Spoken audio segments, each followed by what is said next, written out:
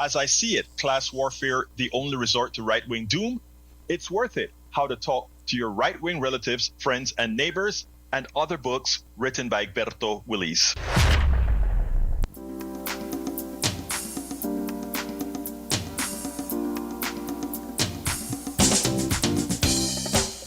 Welcome to Politics Done Right. My name is Egberto Willis, your host. Good morning, Houston. Good morning, Harris County. Good morning to the great state of Texas. Good morning to the United States of America. And of course, good morning to the entire world receiving our signals via the magic of El Internet.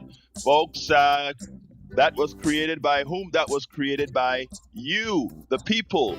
We, the people of the United States, we, the people of the world, created this magical thing under the auspices of ARPANET. But somehow, as has happened with everything in the public domain, it has eventually migrated to the powerful. The powerful, of course, not those who deserve of the powerful label. Anyway, without further ado, we'll go to the studio where we have our resident geniuses, El Senor Howard Reynolds and Jack Van Beba. Oh, Howard's up in his lair being Dr. Frank Cannon String himself. I love that. I love that. How you doing, Jack? I'm good. I'm good. Well, talk to I'm me, my good. brother. Talk to Okay. me. Talk Yep. to me. All right. All right. Let me pull. Okay. Topics covered today on the show. Today's conversation exposes how foreign policy, hypocrisy, corporate extraction, and domestic repression operate as a single system. When Mark Rubio condemns Iran, he is inadvertently describes Trump's America, an authoritarian project cloaked in moral language. His defense of U.S. control over Venezuela's oil reveals a colonial mindset that reverberates far beyond Washington. Joining the show, Houston Democracy Project's founder Neil Aquino connects these global power plays to local primaries, ICE aggression, policing, and the protests reshaping Houston's political future. All right. I took down some headlines off the internet today, and the most troubling one is MSN, and it says 1 million square foot warehouse in Hutchins, Texas, identified as potential immigration detention facility housing up to 9,500 people. Reported Point South Logistics and Commerce Building 1 at 950 North IH-45 purchased by ICE. And they're already looking at other places in Baytown, El Paso, and San Antonio. So the concentration camps are being built.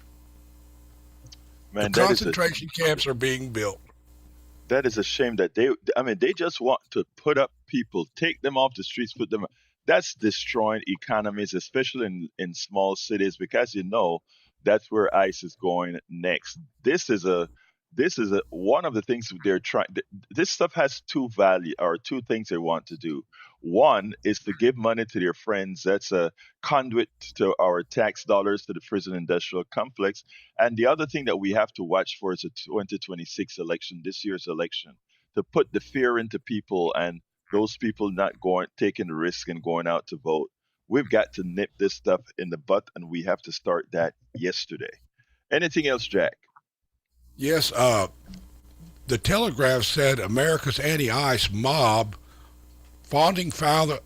is fueling founding fathers' worst fears being realized, which is the people rising up to claim their rights. Yeah, and that is so true. It's a lot of people may hear that and think, "What is he saying? The founding fathers' fears?" Yeah, remember, the founding fathers didn't want us electing our senators or our president. Henceforth, the Electoral College, and henceforth until I don't remember what constitutional amendment, senators used to be elected not by the people, but by the states. So, good point, man. Right. The founding fathers back then were defined as white men of means, meaning they Exactly, had money, they had capital. exactly, exactly, exactly. What else you got? That's it. All Bring right, well, on look, Neil Aquino. Well, thank you, my brother. Today is Thursday, which means today is Neil Aquino Day, founder of the Houston Democracy Project, which can be found at houstondemocracyproject.com. My brother from another mother, Neil, how you doing this morning? I'm doing all right. Good morning, local, global, regional audience. Politics done right, and we're going to discuss Houston Democracy Project is my effort. HoustonDemocracyProject.com.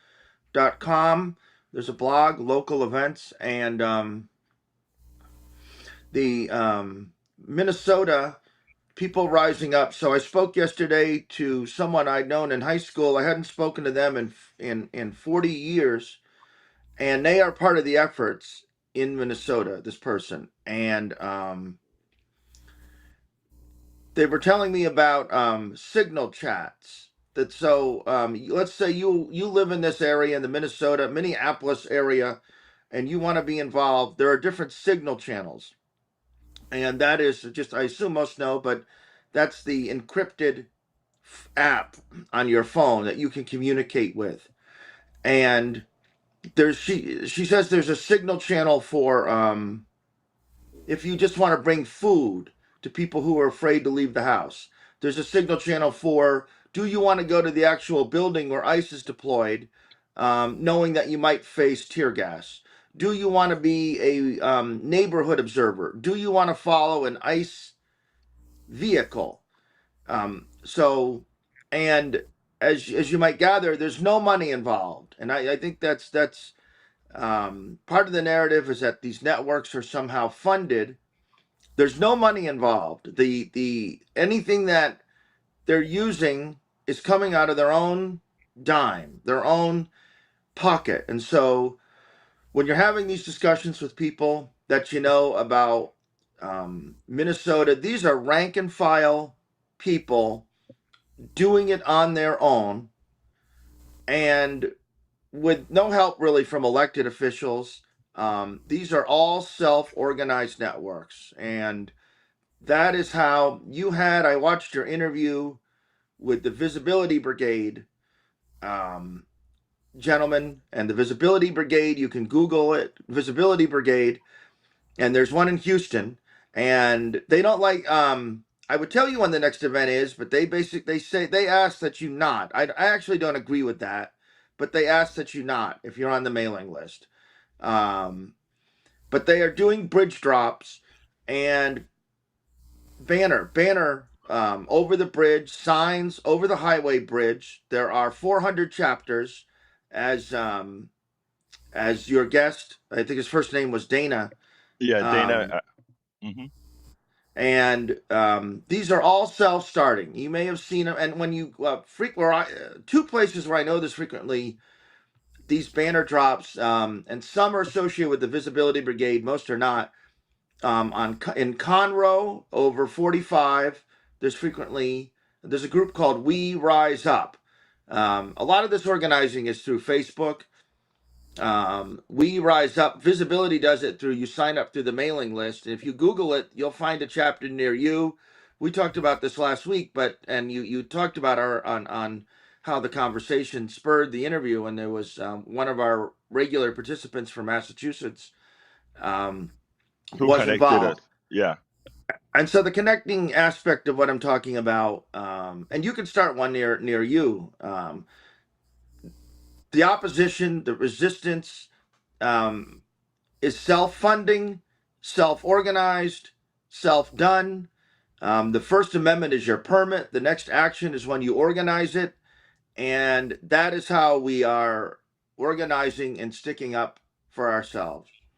You know, tomorrow I think I'm going to play that interview that I did with Dana Glazer. And just as a kudos here, we were connected through our listener from Massachusetts, Mademoiselle Cheryl Elkins, who brought us in. And, you know, you may also want to talk to him if there's some kind of a where you can. Well, you said there are already a chapter in Houston. Is that correct? There is. I know the person, and Mhm. they're active, and they send you an email. Um, I think they should announce it publicly. But that's the deal they make. You join this, and I don't know what other chapters, other places do. Um, Yeah, and the good thing about it, it's decentralized. So I imagine each chapter right, does whatever they think is comfortable for them.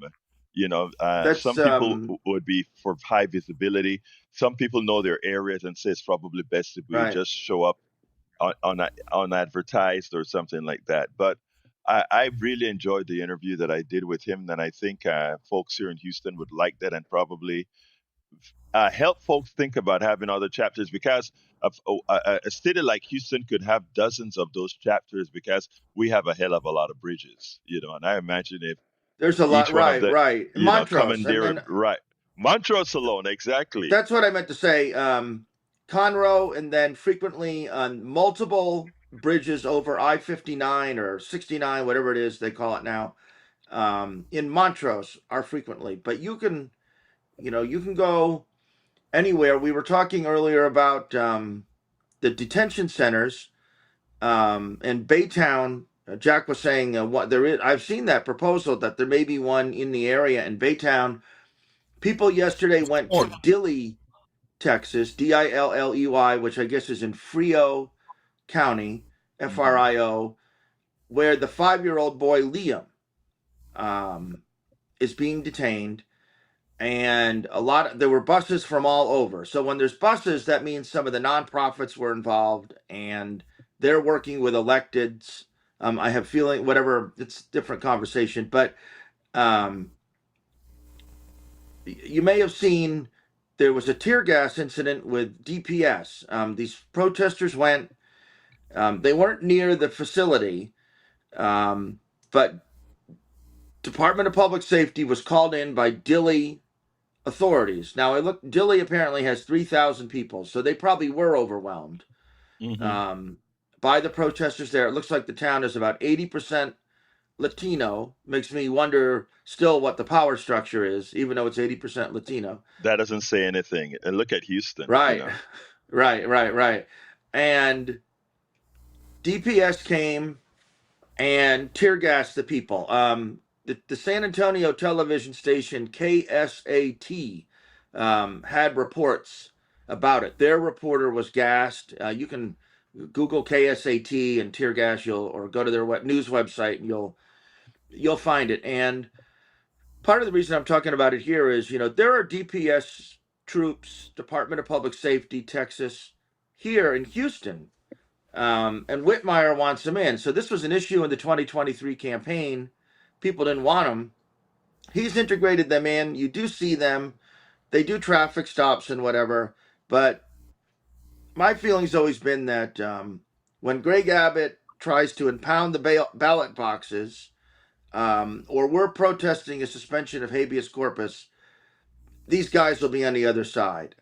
These are Greg Abbott's troops. There was no need to tear gas. There wasn't any riot going on. And I wanted to highlight that because this issue has fallen by the wayside. There's so many issues, but Abbott's police, personal police, and we know they do whatever he says, are here, and they were gassing these peaceful protesters in Dilley yesterday, and these people had come from across the state to this. And this was the one where the occupants, the prisoners, had held a rally that was seen by drones. If you Google it, Yeah, they were I saw that protesting. report on uh, Rachel Maddow. She actually Yeah. had that one on. Yeah, they actually had So drones with the people rioting.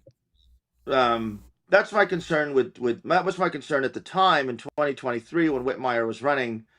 I one issue that's never come up, and I don't know the answer, but I can only assume that DPS is cooperating with ICE. So all the focus is HPD cooperating with ICE, and that's a subject we can bring up later in the show. There was a lot of discussion at City Council about it this week, but I assume that DPS is cooperating with ICE, and I also bet that Metro Police is cooperating with ICE. And if you're in downtown, I don't know the presence of Metro Police outside of downtown Houston, I do go to areas outside of downtown Houston. I don't see them as much, but there are a lot of Metro Police in downtown Houston, and Whitmire has integrated them really in many ways with HPD, um, and they do traffic enforcement and they respond to things. And if you're listening, a question: if you want to do some activism, see if Metro Police and DPS are cooperating with ICE locally. You know, with all these things about Greg Abbott's DPS and Mayor, our mayor working with Whitmire, integrating the two police station, the two police and DPS. The only backstop we have now are bodies, and that is people's bodies. And I think they are going to get a surprise, a scary, frightening surprise on January, or rather on March 28th, which is the next No Kings rally, when they Yeah. see that the amount of people integrated. Now, I want to start seeing, however, earlier you were speaking about the election for District 18, where there are only 13,000 people who have decided to vote. Um, Right. I'm speaking now directly to people in District 18. Um, I don't know why the turnout in District 18 is as low as it is. It doesn't matter what the reason is. Effective today, and I think the election is on Saturday. I think Right. if you want to show the thug in chief, if you want to show Mayor Whitmire, even though it's not a local thing, it's a national election for a national seat. If you want to show them that you are engaged, it behooves you to go out there and vote, even if you are voting for neither. Even if for some reason you believe none of these guys do, so your protest vote is not to vote. That sends the wrong message to not only the plutocracy, but it sends the wrong message to the authoritarian government. It tells them enough people are not engaged, and as such, they can continue doing whatever shenanigans that they're doing, not only behind the scenes, but in front of your face. So the responsible thing, if you really believe in holding on to a democracy, and again, this message is for District 18 specifically, but the entire country as a whole. Look, I'm going to tell you something. I'm from Central America, from another country. One of the most one of the most important things that I found in my life when I came here was that power to vote.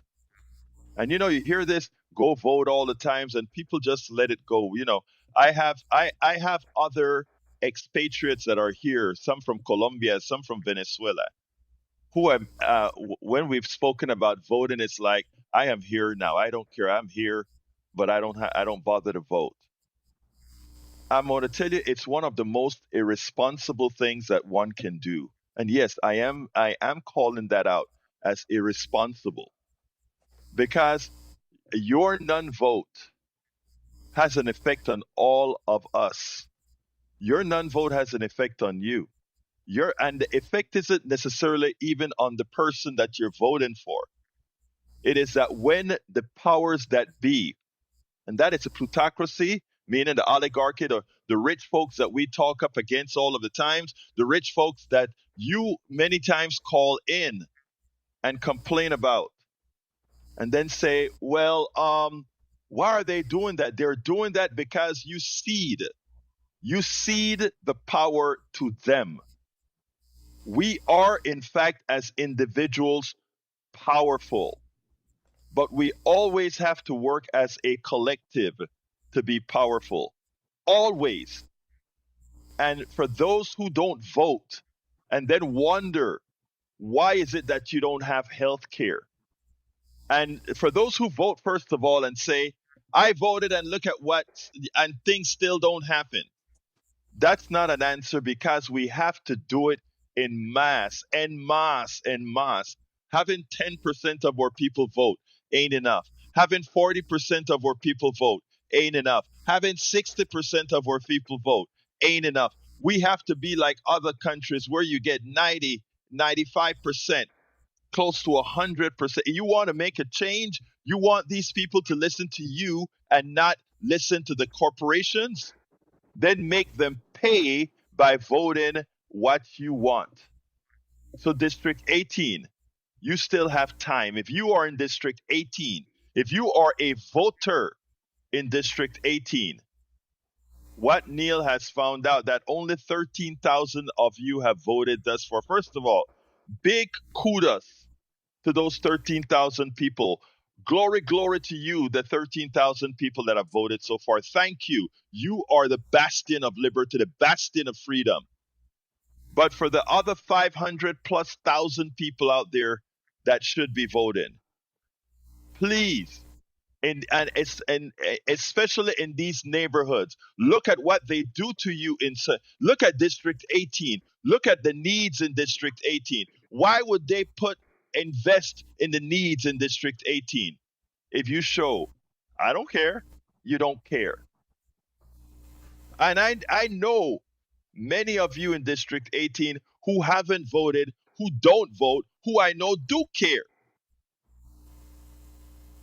America will not survive if we, first of all, don't show up to all these actions to put our government in check, number one.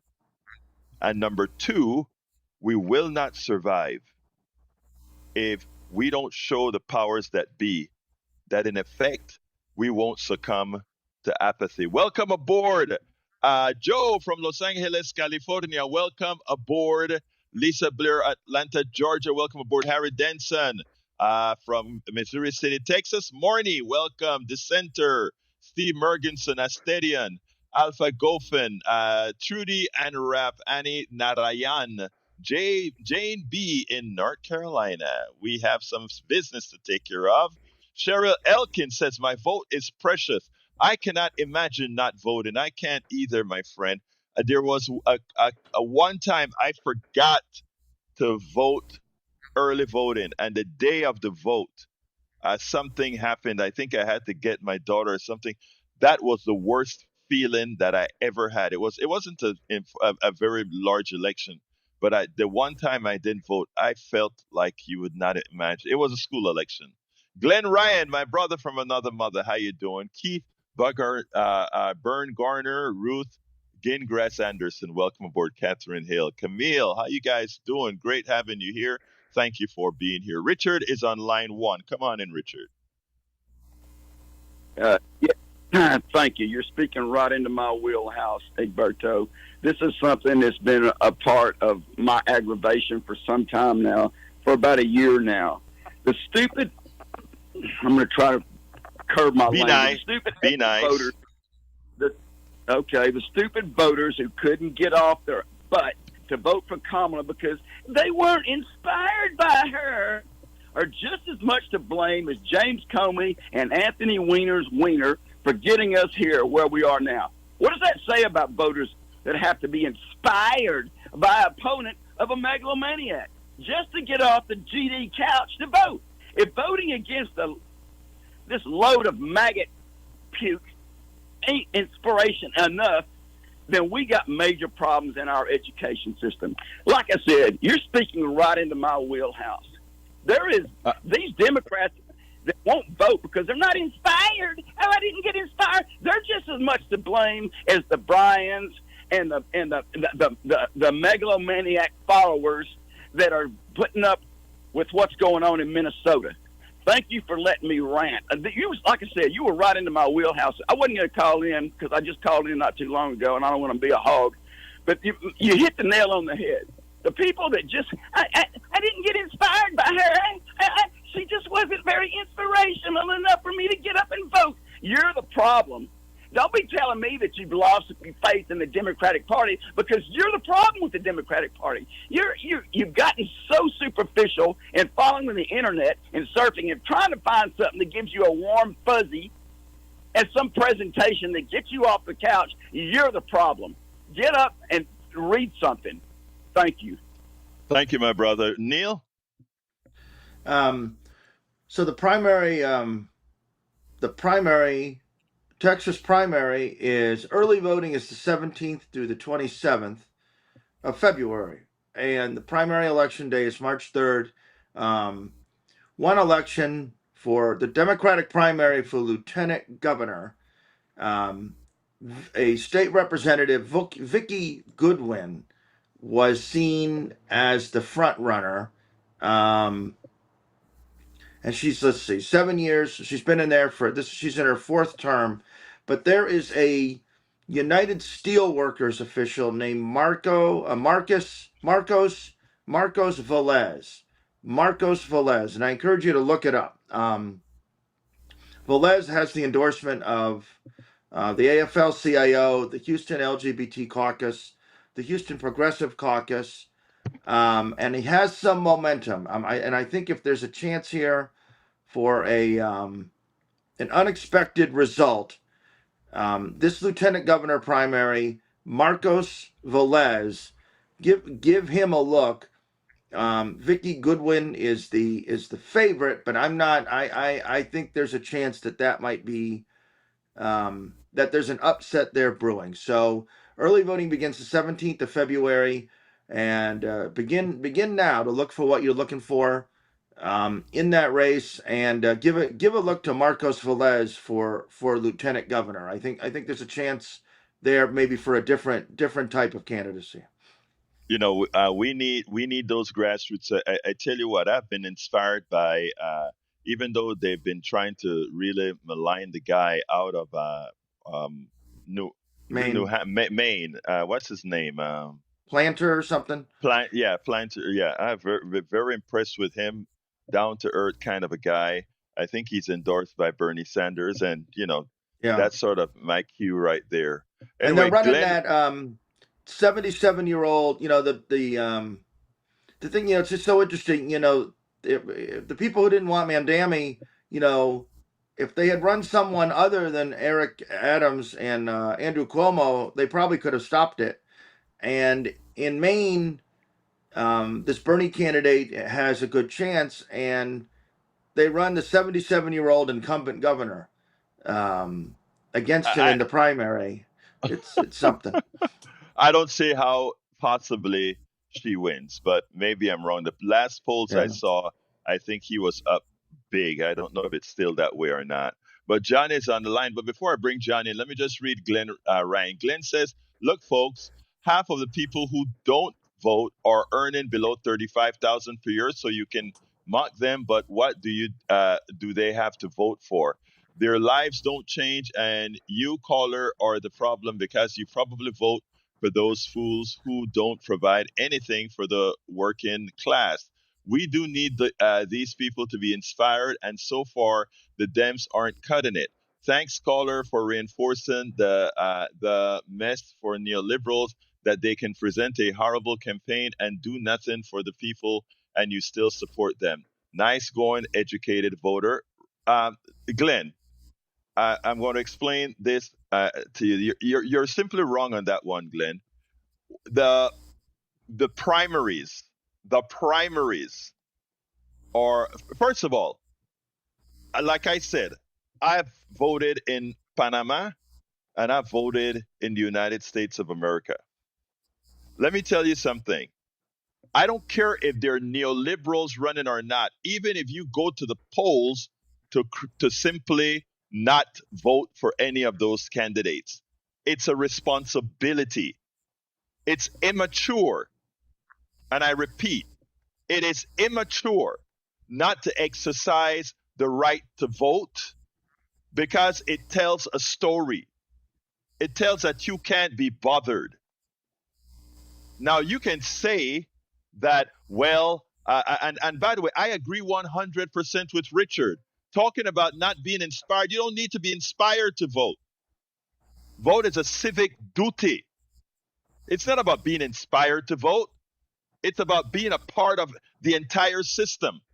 And when we talk about neoliberals winning, you know why neoliberals win? Because you don't vote. You can stop neoliberals in the primaries. We just heard from Neil bringing out a Veles that is attempting to beat out the establishment. How the hell do you beat the establishment if you don't come out and vote in the primaries? You can't have one without the other. Something magical is not going to happen when you have a Green Party that is ineffective because they within the Green Party themselves are fighting. Come on,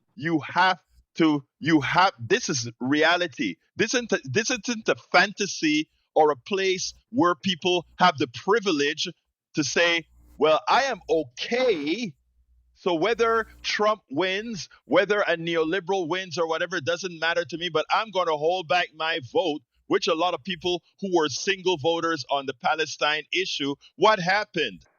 Well, they were such a single vote on the Palestine. Look, we can hump along with the temporary defective vote.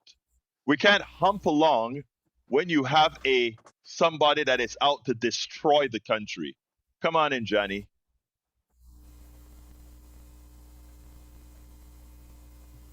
Johnny, line one. Okay. You go. I just heard it.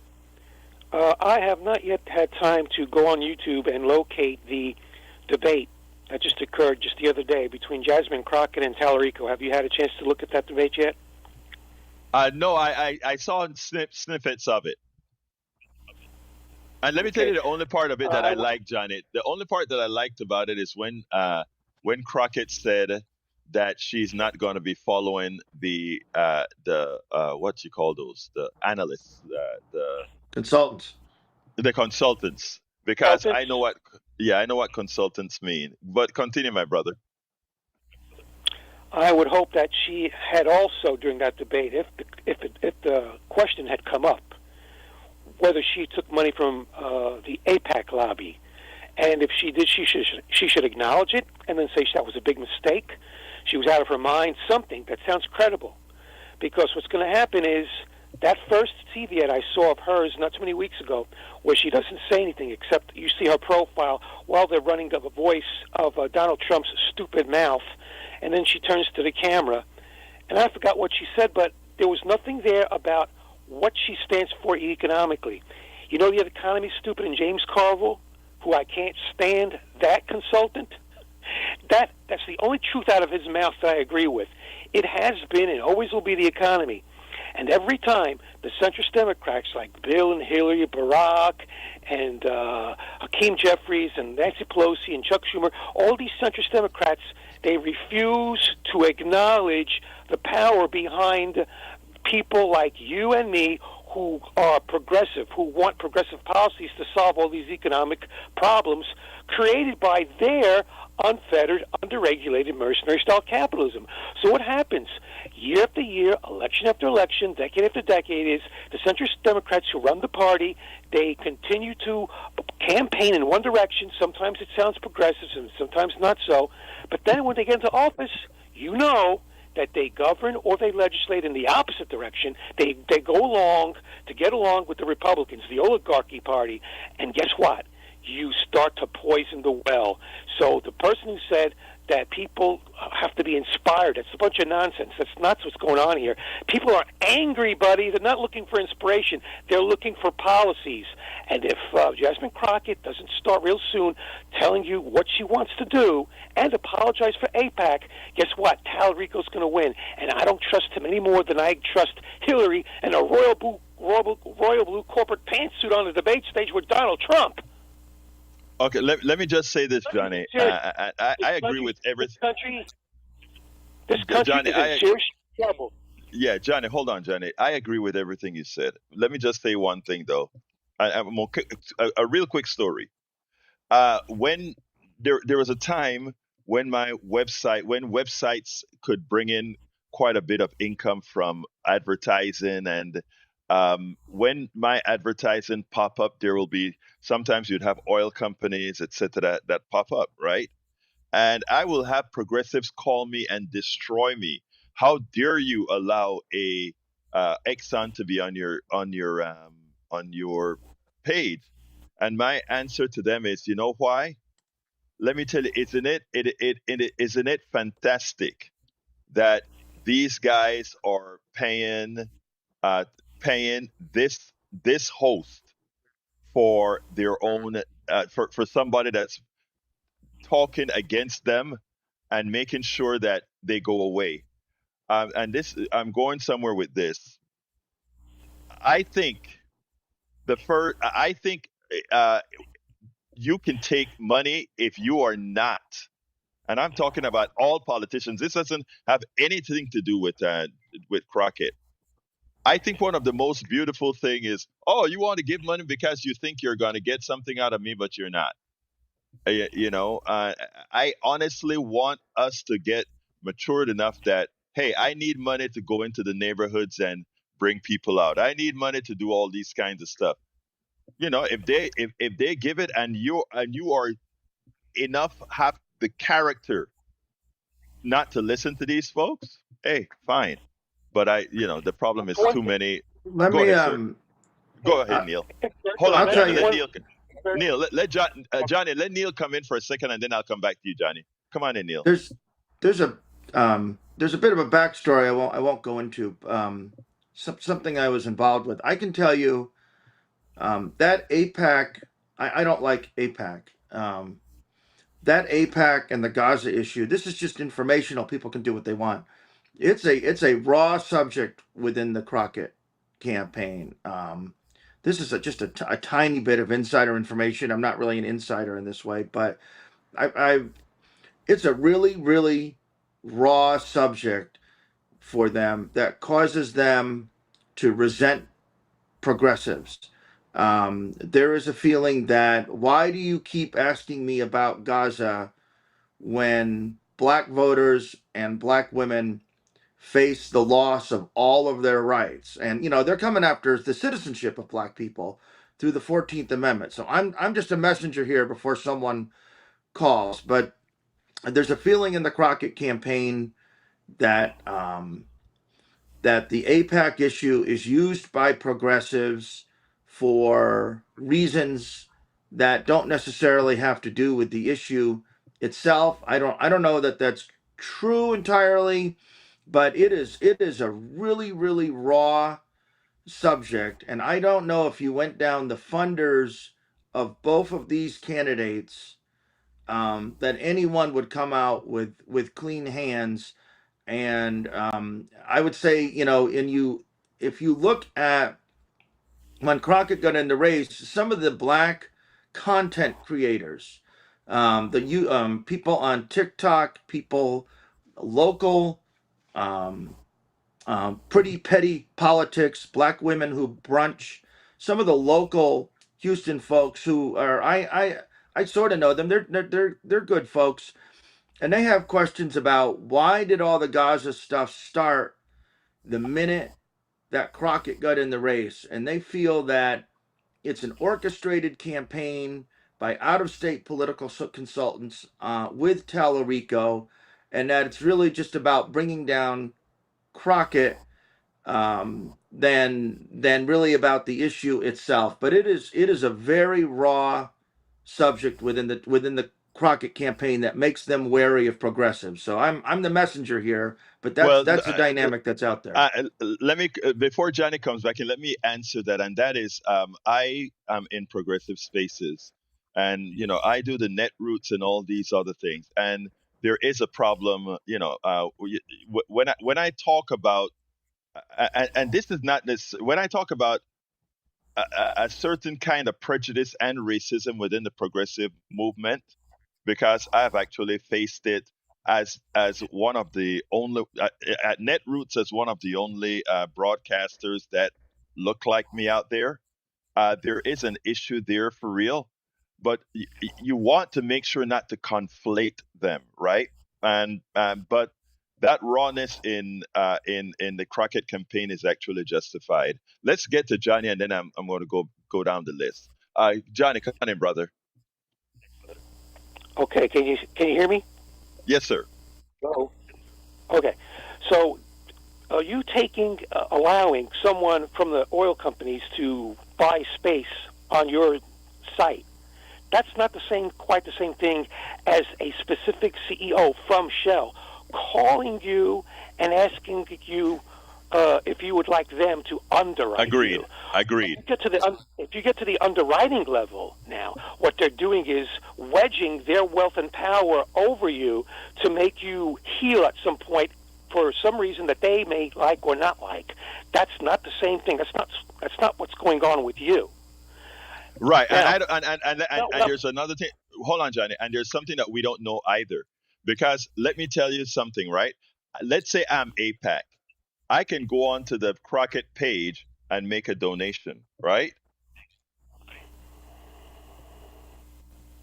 I don't know. That's what I'm happens. telling you. I'm telling you. I'm telling you that's the case, right? And I'm saying that,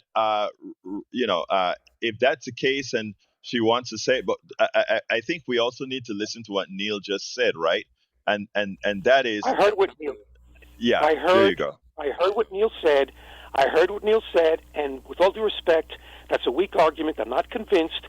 If, in fact, what happened with her, if an oil company exec made a donation, bought some space on her thing, but did not try to ply her like I theoretically said could happen with you, then she needs to share that. She needs to let people know that right away, because the election's right around the corner, and you don't know when you're going to be able to reach people again.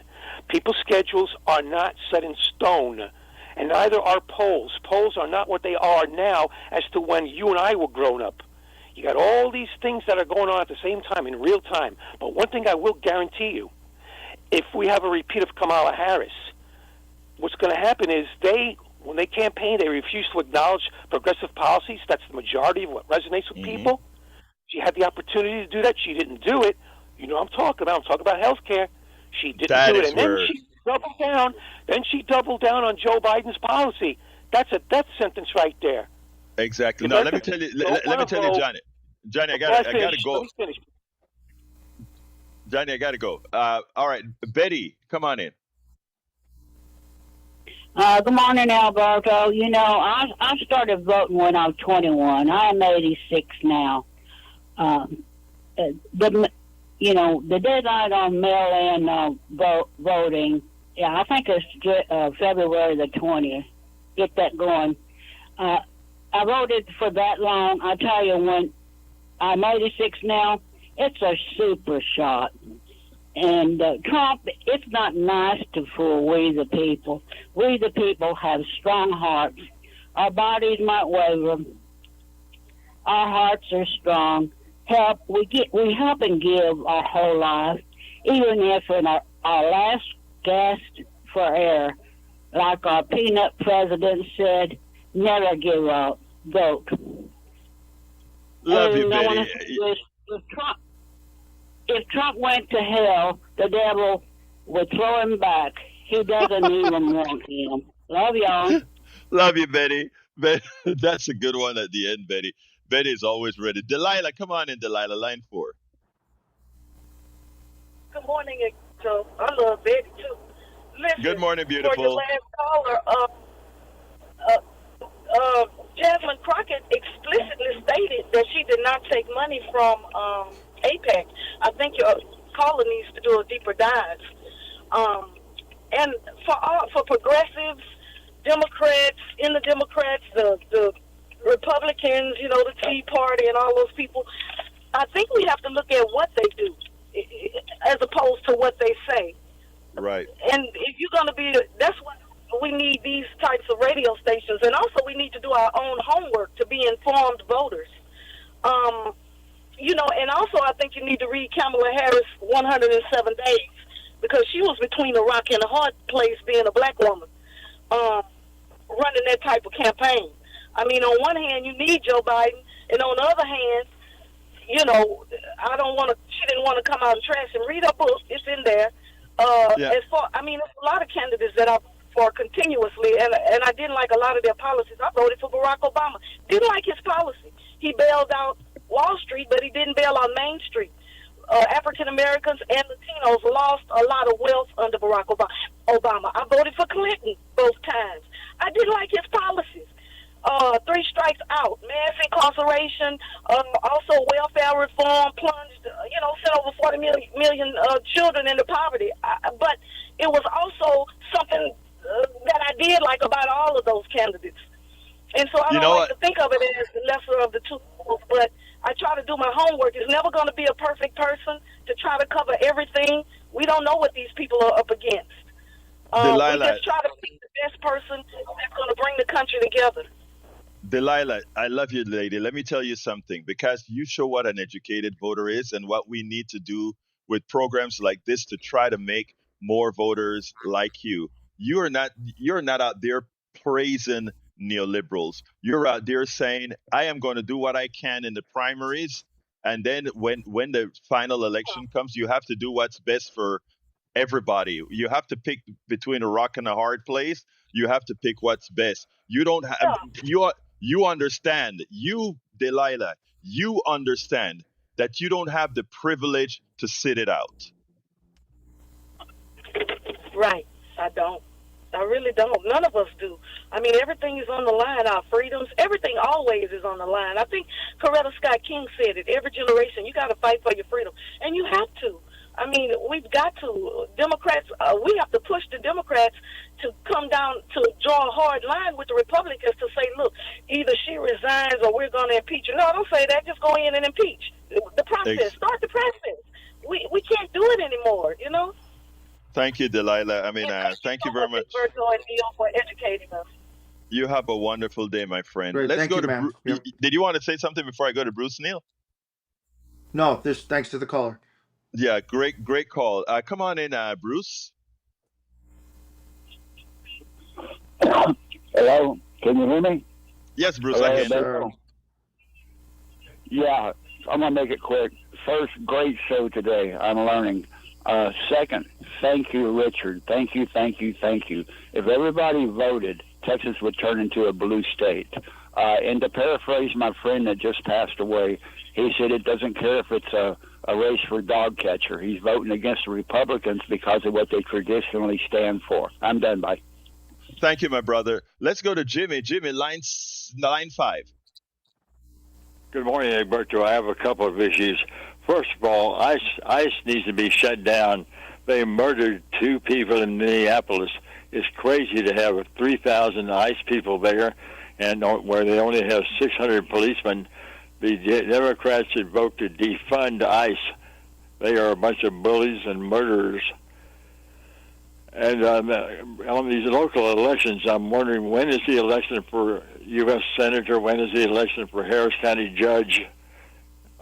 Is this election now only for That's this, the primary, District sir. That's 18? the early voting, February 17th to 27th. That those the primaries for both Democrats and Republicans. Early voting, February 17th to 27th, and primary election day is March 3rd, and the runoff election day for folks who don't get to 50%, races that don't get to 50%, is May 26th. So that is voting coming up in real soon. And There today you is go. only for District 18. No. District 18's vote is on Saturday.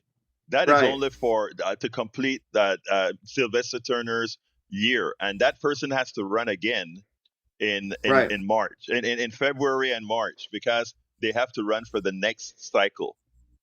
And in that one, Al Green is Yes, actually going everybody to should run. vote. That's your civic duty to vote. So get out Right. there and vote. Thank you very much, Jimmy. But before You you have a yeah. Go ahead, before you go to the next Neil. call, I just want to briefly, since the gentleman mentioned ICE, I'll do this succinctly. They've been discussing ICE and HPD at Houston City Council. If you go to my blog, HoustonDemocracyProject.com, the last 3 or 4 posts have been about this. There is a proposal to stop not a formal proposal, to stop non-safety traffic stops. So if you pulled out, they don't want to pull people over for tinted windows or busted tail lights, and then that leads to an ICE encounter. They run you through, and you have one of these civil warrants. I urge you to call City Council, email City Council. Carolyn Evans Shabazz has been really the most vocal proponent of this. Alejandro Salinas, Ed Pollard, Tarsha Jackson seem to be for it. And I would urge you, and if you're in the district of Martha Castex Tatum or Tiffany Thomas, they have been silent so far, and the at-large councilwoman Sally Alcorn. These are all Democrats. They have been silent. Mayor Whitmire is against it, but if they got 9 votes to do it, there are 10 Democrats on council plus Mayor Whitmire. If they could get 9 of the 10 Democrats to do it, and plus the Republican Julian Ramirez seems maybe to be for it, so they might need 8 of the 10 Democrats, and I urge you to get involved in that. That's a way to address ICE and HPD. Thank you for that, Neil. And before I go to Augie, I just want to address my brother Glenn Ryan. He says, okay, so he reached out, that Mandami reached out to people. He's absolutely right. And look, Mandani is young and he knows how to do it. While we learn how Mamdani reactivated people because of the policies that he said, I am for you. As we do that, what we have to instill in people is the civic duty to vote, Glenn. We used to teach that in civics, and it was better then. We have to teach the responsibility that one has to vote. We have to teach that it's them who are going to decide if they get a neoliberal or not. It's not a chicken and egg issue. It's your vote counts first, and it counts in the primaries. And these are the things we have to educate people about. My brother Richard sometimes can get tough on the voters. I understand his passion. So yeah, we have to do it in a proper way, but we got to get it done, brother Glenn. We got to get it done. Let's go to Augie. Come on in, Augie. Good morning. Hey, freedom isn't free. One of the forefathers of the country said, "We've only got a democracy as long as we can keep it." And nobody's perfect. I remember a Democratic candidate got some money from somebody that nobody liked, but he said he donated that money to a nonprofit. He didn't keep it for himself. So, like I said, nobody's perfect, but we got to know who and what we're voting for. If we had voted for Hillary, we would not have had Trump. If we voted for Kamala Harris, we would not have had Trump. That's something to think about. And you're right. You're right, Augie. The destruction that's being done here, for all the bad that one might think, look at what we're going to have to rebuild from. But Augie, I got some other calls that I got to go to. So close her up real quick for me, my brother. Okay, so we got to wake up. We got to rise up. We got to step up. We got to donate to KPFT. We got to donate to Pacifica. We got to donate to PBS. We got to donate to all these networks that are for facts and truth and not opinions. Thanks for what you do there. Thank you, my brother. Let's go to Derek. Come on in, Derek. Hey, yes, quickly, Alberto. This is great politics. It's revealing the hidden Dixiecrats. Pull a cover off them all. Because if they are not participating in trying to change this thing, then you got to put a mark on them. You got to start making them pay. Get them up out of there. That's all I can say, brother. Thank you, my brother. Appreciate you. Neil, we're coming close to the end. Give us a little bit of your insight. So, HoustonDemocracyProject.com. If you're interested in the HPD, less working with the city of Houston, there's a lot of information there to do it. Contact information for Houston City Council. We talked about the Visibility Brigade earlier. You can Google it, see that there's a chapter near you. You can sign up for the local email list here in Houston, and you can go. The next action is when you organize it. The First Amendment is your permit. You can start an action. It's pretty clear from Minnesota that voting isn't going to be enough. That's not connected to the conversations we've been having today. Go vote, but voting also isn't going to be enough, and we're going to have to show up physically for what's coming. Thank you, my brother. Jack, you got anything to close before I give my ending soliloquy? Yes.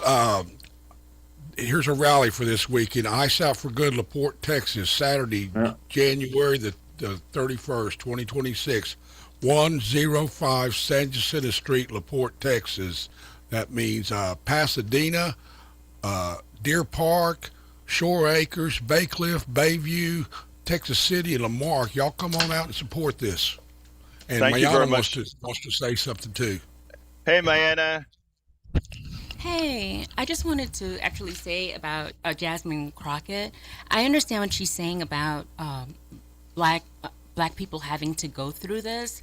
Like right now in Minnesota, they talk about good and the last person that passed away, but the first person that was killed by ICE, Keith Porter, who was a black man, has never really been brought to anybody's attention, and everybody says say Renee Good, which is say her name, and that's something that was also started by black people to acknowledge when things happen to black people, and then somebody uses it just like they did with All Lives Matters.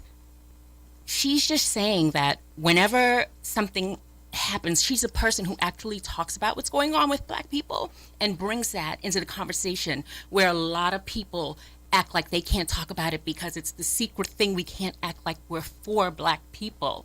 And so we need people like Jasmine Crockett to talk about what's going on with black people in America and fighting for them and doing that openly. Thank you for that, Mayana. Thank you for that. Look, this has been a very good conversation. And let me tell you, all of us that are listening here, whether we disagree on tactics or whatever, we have one goal. There's nothing that should keep us apart. We have different approaches. My brother here, Glenn Ryan, who we butt heads on how to support the right progressives, etc. We are all working together in the same direction. My brother is out there at poor schools. He's a teacher, and you know what I feel about teachers. Love me, my teachers. He's out there working, or used to be working in poor schools, and understand what these folks are going through. So he is in fact speaking from a position of knowing stuff. Folks, we got to stay together. We're going to disagree on go out there and vote in the primaries, but vote the best person when the final election come. I'm out of time. Love you all. You can reach me at kpft@politicsandright.com, kpft@politicsandright.com. You can finish the show at politicsandright.com/newsletter, politicsandright.com/newsletter. Love you all. My name is Egberto Willis. This is Politics and Right, and you guys know how I end this baby. I am what? Out.